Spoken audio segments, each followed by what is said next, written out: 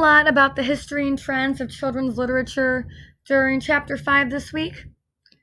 I thought it was very interesting how before the 17th century, there were no books for children and childhood was not embraced during this time.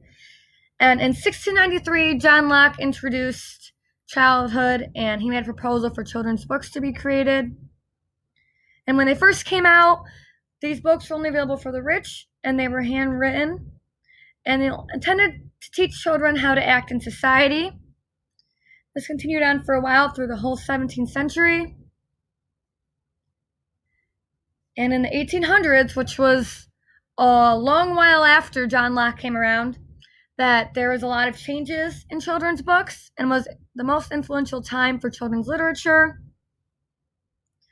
A lot of books were written, such as Household Tales, which was an oral source of fairy tales that were brought into print, as well as Fairy Tales Told for Children, a book of nonsense which contained a lot of children's limericks, and a very famous book called Little Women, which teaches children of human experiences, which I actually decided to include in my virtual classroom library this week, and children's magazines and the science fiction genre actually emerged during this period, as well as book illustrations and picture books.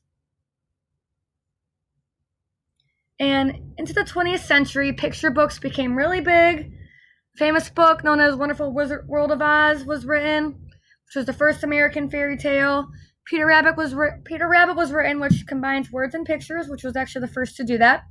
And Millions of Cats in 1928, which was the first American picture storybook, which I thought was actually very interesting because picture books were created a while before that, and that the first American one didn't come until the early 1900s.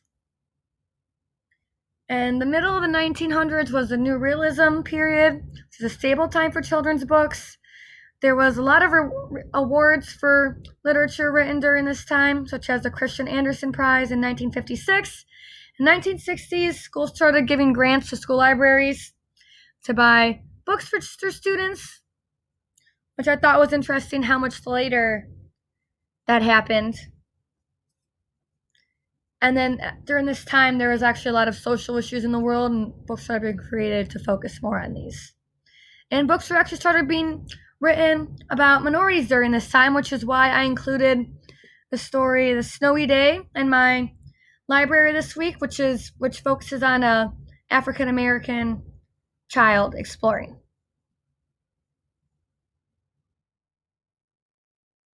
And more recent changes was in the 1980s when nonfiction books started becoming a thing, and in the later 1980s and early 1990s, the quality of nonfiction books as well as poetry started being increased.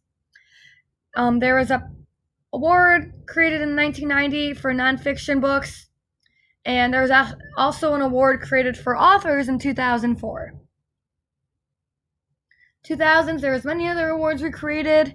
Graphic novels were a thing. There was a lot of book experimentation for children's books, and books started being created about historical events. Here's the reference for the textbook used in class. And I also included the book Around the World in 80 Days in my virtual library because it was created by Jules Verne, which was one of the first authors to create a science fiction book for children.